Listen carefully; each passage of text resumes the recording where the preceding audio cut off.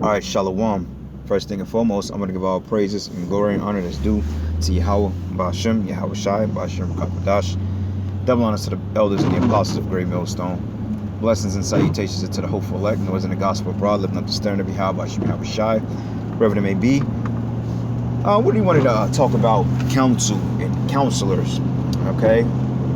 This has kind of been on my spirit for a minute. Just time to really get it off, but just about counsel and taking heed to wise counsel and making sure you have people in your circle that's on one accord and that thinks like you, that's in like mind with you, because that way, you know, you leave less room for less confusion, okay? Or you leave less room for more confusion, should I say. Because in the world we live in, you got to understand it's a multitude of ways, a plethora of ways of life, so to speak. You know, you have different diverse ways, you have different cultures, you have different rituals, you know, you have different mindsets that's pretty much, that's engraving in your well-being, being in this society. And this is one reason why they call America the great melting pot, which is nothing but confusion. Because you got Baptist church, you got Methodist church, you got Seventh-day Adventists, you got Muslims, you got Buddhists, you got atheists, you got Catholics, you got a lot of different things out there. And to really find out or find your way, it can really become very, very, very, how can I say it? It can become confusing, you know, especially if the light has not been shined into you. You wouldn't know what way to go. All right. But this is the reason why you got men that's set up in this truth to lead our people the proper way, you know, whether the people hear that or whether they agree with it or whether they don't agree with it. Because at the end of the day, the men that's teaching the name of Yahweh, Ba'ashem, Yahweh Shai, we are indeed the embodiments of Yahweh Shai on the planet Earth, you know, and in order for you to believe that, you have to have faith. But focusing on this thing about counseling and being around proper counsel, somebody is going to tell you right from wrong. Somebody's going to tell you when you're wrong, and when you need to hear it. And when somebody's going to commend you for doing well, you know, because the scriptures tell you through all things, seek counsel. Everything you do is supposed to seek counsel, even before you go to war, before you console, before you make a decision that don't seem too wise. Everything you do, you must seek counsel for. That way you have different opinions on what it is and how it is and what you can do in order to get the best possible result out of whatever you're engaging in. All right, so counsel is the good thing, and it can go as far as just dealing in a normal day-to-day situation. Like you got the brothers, we on one mind, we in one spirit, we in one body. So therefore, it's a perfect bond. We have pretty much a connection. You know, we have pair bonding as far as on the brother side. Then you have pair bonding with women, you know, which is, you know, that's a whole different topic. That's a different topic. But you have pair bonding in the brotherhood because we're all extolling to the same counsel. We all have the same end goal, which is to get salvation. So the beauty thing about that is if I'm around brothers that's in this truth, that's grounded in Yahweh, Ba'ashem, Yahweh Shai, and let's just say if I thought about doing something that wasn't wise, all right, but I was just going off emotion or just me being a man. Let's just say that I wanted to take out a $200,000 loan. Not saying I will or I can, but let's just say if I wanted to do that to start a multi-million-dollar business, I would expect the brother to tell me, well, brother, how are you going to do that if you in crunch time when you're focusing on doing the work? And why are you thinking about becoming a millionaire in Babylon when it's getting ready to be destroyed? And with that being said, that's unbiased right there. That's not biased, it's unbiased, because that's straightforward, you know, because it would be biased if he agreed with me knowing what the scripture says in reverse to that. Scriptures tell you we're not supposed to try to seek refuge in America, though you can have businesses. If you got money, you got money. You can own houses, you can own vehicles, you know, whatever the Lord permits. But if that's your primary objective, to go after those particular things, the American lifestyle, and the scripture says different, then I will expect for a brother to tell me that's not wise. Why? Because the scriptures do not validate that. All right, which makes it unbiased. All right, now if a brother agree with it just because we're cool, that makes it biased. All right, so those of you out there, even people in the world, a lot of times they extol to counsel that is gonna give them the answer they're really looking for instead of the answer they need. And this is why there's no growth in people. This is why people remain stagnant. This is why people remain in the dark, murky waters that they're in, because they don't have growth, because you extolling your counsel with a lot of people that think like you and that's afraid to tell you the truth. That's why of many counselors, we going to get it here. Matter of fact, I'm going to just read it real quick. This is the book of Sirach 6, and I'm going to start at verses 5. It says, sweet language will multiply friends. So you tell people what they want to hear. Of course, people are going to like that. People are going to agree with you. People are going to vibe with you. Even if you tell the most wickedest, down low individual that they're the most best person you've ever came across, of course, you know, you tell them, oh man, you the shit. I don't see no fault in you. That person is going to continue to gravitate towards you. Why? Because you're telling them what they want to hear instead of the truth. Same thing with any situation. People are afraid to be told the truth, and they reveal themselves around people that's going to lie to them so they can be justified in their reasoning, even if their reasoning is totally wrong and unethical and not spiritual at all. All right. But us as men in this truth, we understand on how to put ourselves in these proper predicaments so we can get the proper judgment and the proper counsel that we need for any situation that we go into. Primary example, if a brother just got into the truth 2 months ago and he want to hit the streets, I'll say, brother, it's probably not wise for you to hit the streets now because you're still a baby. You got to give yourself time to get grounded. You got to understand the elements and know if this is your calling. Before I just say, yeah, you know, you've been watching videos a month, go out there and put on a garment and teach. I just set that man up for failure. All right. And it says here, sweet language will multiply friends, and a fair speaking tongue will increase kind greetings. Right. That's when you get that whole thing about being phony. Like with women, primary example, you can have 6 women in a group, but none of them really like each other. But the fact they have a common interest as to getting over on one another. So therefore, they would sit around one another and tell each other basically pillow talk that they want to hear to feed out some type of misplaced drama that they may be having. You see what I'm saying? But yet nobody in that group is reluctant to tell somebody about themselves because they don't want to lose the others.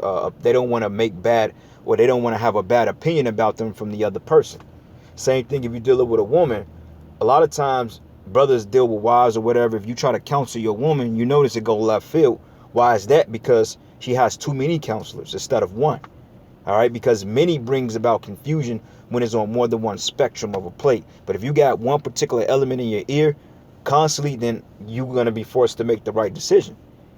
All right, that's why it says here, be in peace with many, nevertheless have but one counselor of 1,000. Right, because people tell you different things. Going back into women, for example, a lot of times women, they take advice from their mothers, and oftentimes that be the wrong advice, because 9 times out of 10, the advice that the woman is going to give for her mother is play the field. You ain't got to submit to a man. You ain't got to listen to him. Oh, y'all broke up, you separated. Go out there and dress how you want to dress. You got to live your life. Versus you, on the other hand, telling her, no, that's not the way to be. You're supposed to remain in your own lane. You're supposed to still believe and pray. You're supposed to follow my lead as if I was there, you know. But you telling her that, that's going to go over her head because she got her mama telling her, well, you do this. Then she got her girlfriends that's agreeing with her mother, which is already justifying how she really wants to feel, to do her own thing. So therefore, she's not going to be on one agreement with you. So therefore, when you come back and you expect to find her in the right case, she's going to be totally left field.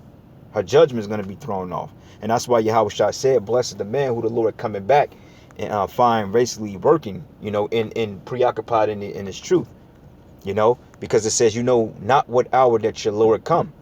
So if you do a pop-up move and then you see your workers out there basically slacking off and not upkeeping the word that you instilled in them, then you get offended at them, and ultimately you have to cut it off because they're not taking what you said with sound advice. So once again, let's read it again. It says, be in peace with many, but nevertheless, it says, have but one counselor of 1,000. So therefore, let's just say I will go to my brother to get an opinion about a particular subject before I go to a man of the world. Now, it may be different if it's along different things. Let's just say if I needed a question about vehicles, I'm not going to go to let me see. Let me use a good example. If I needed if I needed a question about a vehicle or a car, I'm not going to go to a basketball player and get advice on how to fix a car, especially if that's not his field of profession. All right. I may go to a mechanic. I may speak to somebody, or I may go online and look up the information myself. But proper information and etiquette building is upon what you decide to do, which is appropriate to that situation. Primary example, if I wanted a spiritual question, I will go to a brother in the truth because these are the men of the Lord. All right. Versus making the example of the vehicle. You know, if I wanted a question about a vehicle and none of my brothers know about vehicles, then I have to be forced to go to somebody that have a knowledge about vehicles. You see what I'm saying? That's counsel. But if I have a brother that's in the truth that knows a lot about vehicles, I'd rather go to that brother because I know that his information is solidified through faith, you know, and through knowing and searching out things. Because men in this faith, we're pretty much studious. We look up everything. We make sure that all the puzzle pieces add up. You know, we cross our T's, dot our I's, so to speak. Everything has to add up. Has to be a perfect balance. Okay? And it says here, be in peace with many, nevertheless have but one counselor of 1,000. All right? So for you brothers out there, man, hey, you don't want to be getting advice from any and everybody because, hey, everybody's not going to get you the right advice. You know, you can't go to your father and ask him how to be a man if he was never in your life, or how to raise children if he never was in your life. You know, just certain things you can't do. I can't go to a football player and ask him on how to shoot 3-pointers, especially if he never dribbled a basketball a day in his life. So counsel is very important. You know, it's very important to obtain wise counsel in everything that you do and things that you're definitely not sure about. You know, you don't want to be around people that's going to tell you what you want to hear because that can be damaging information. It can be toxic. Okay, it could be what you do. It may sound good, but it's not good for your well-being because at the end of the day, you're destined to hit a brick wall, and these people are not going to help you. They're not going to stop you from running head first off that cliff based on the tainted evidence and advice that they're giving you. You know, and that's a good thing. This is the reason why this brotherhood is beautifully, because we got men that's set up to rebuke us when we go off. Because the scriptures say open rebuke is better than secret love, versus a person that don't care nothing about you. They'll tell you some wrong shit, and before you know it, you'll be doing something wrong and you won't even know it. Because in your mind, you've already justified yourself based on the opinion of 4 other people that think like you. But just because they think like you, that doesn't make their reasoning right. Especially if it's not coming from the scriptures. That's why I made the example going back to women. A lot of times women, they're in broken homes because they take bad advice. Instead of taking advice from people that know better, instead of taking advice from a woman that has been virtuous to her husband 40, 50 years and say, look, girl, you need to sit down and you need to listen to that man. That man tell you to do this, you need to do it. All right. And if she keeps hearing that from several other women, it's going to dawn on her. She's going to say, well, you know what? It makes sense. These women are saying it. It makes sense. Versus somebody saying, man, fuck that nigga. You ain't got to do shit. Dress how you want to dress. Do what you want to do. He ain't around. How he going to know? And that information is ultimately, that's toxic. And before you know it, that's part of who you are. That's how you behave. And before you know it, you can't even shake that off. You're so far gone to the point you won't have any right counsel. Nobody will want to counsel you anymore because you've already took the wicked hand of advice. And I'm just using that as an example. But same thing with anything else. You know, same thing with brothers dealing with situations. It could be money. You can't talk to a person that don't know how to manage money and ask them how to manage money because they're going to tell you the wrong thing to do with your money. They're going to say, oh, go out and spend as much money as you can on cars. Like you may get $200,000 and a knucklehead to tell you to go spend $150,000 on a vehicle. That's bad advice, you know. So anyway, brothers, this was just about counsel. Make sure you have but one counsel, all right? It says of 1,000 counselors have but one. Yeah, there's so many opinions out there. You can take in different opinions and take the meat out of those, but incorporate it into the form of truth. What are these people that's saying? Is it fact? Is it truth? Is it definite? You know, versus just taking it blindly. And also, and always counsel with the person that have experience and they know how things work. You know, like men in this truth, for example. If brothers in my camp have a question, they come to me and they ask me why, based on experience. Brother, like I'm going through something. Hey, brother, I need your advice. He came to me before he'll come to anybody else. Why? Because he can trust the information I'm going to give him to be unbiased and it's going to be balanced and it's going to be righteous. It's not going to be nothing that's going to destroy him. Versus going to somebody that he knows won't tell him that he's fucking up. If you go to people that ain't going to tell you fucking up and you know that, it's because you got spirits on you and because you don't want to be corrected. That's just what it is. And that's our people. They don't want to be corrected. They want to have an excuse to remain in their folly and their wickedness so they can be told, or they can use the justification, oh, well, nobody told me that. But you can't use that because you are being told, you know? So anyway, brothers, this was just a quick lesson. It was just my thoughts. giving all praises and glory and honor that's due to Yahweh, Bashim, Yahweh Shai, Bashim, Rakakwadash. Double honors to the elders, the apostles of Great Millstone. Peace and blessings and salutations to the hopeful elect. And with that, Shalom.